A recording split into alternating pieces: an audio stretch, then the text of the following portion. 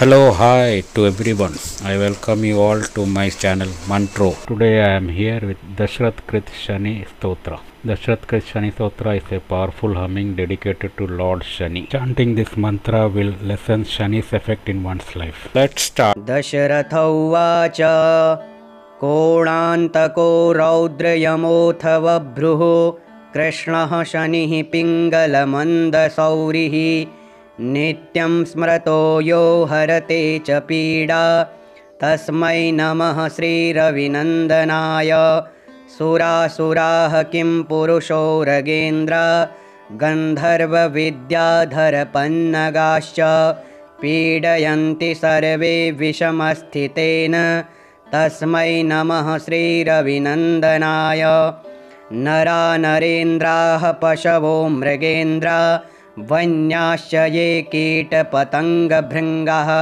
पीडयन्ति सर्वे विषमस्थितेन तस्मै नमः श्रीरविनन्दनाय देशाश्च दुर्गाणि वनानि यत्र सेनानिवेशाः पुरपत्तनानि पीडयन्ति सर्वे विषमस्थितेन तस्मै नमः श्रीरविनन्दनाय तिलैर्यवैर्माशगुडान्नदानैर्लोहेन नीलाम्बरदानतो वा प्रीणाति मन्त्रैर्निजवासरे च तस्मै नमः श्रीरविनन्दनाय प्रयागकूले यमुनातटे वा सरस्वती पुण्यजले गुहायां यो योगिनां ध्यानागतोऽपि सूक्ष्मस्तस्मै नमः श्रीरविनन्दनाय अन्यप्रदेशात् स्वगृहं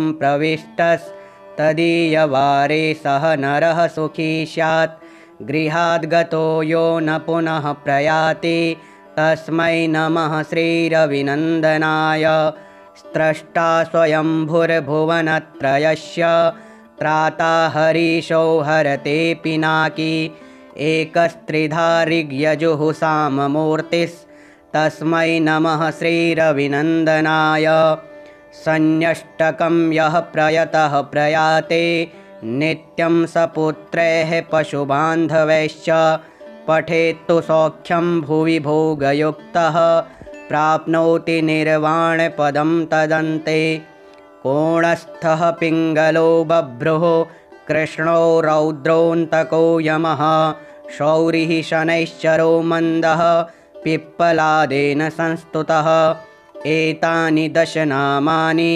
प्रातरुत्थाय यः पठेत् शनैश्चरकृता पीडा न कदाचिद् भविष्यति दशरथकृतं शनिस्तोत्रं सम्पूर्णम्.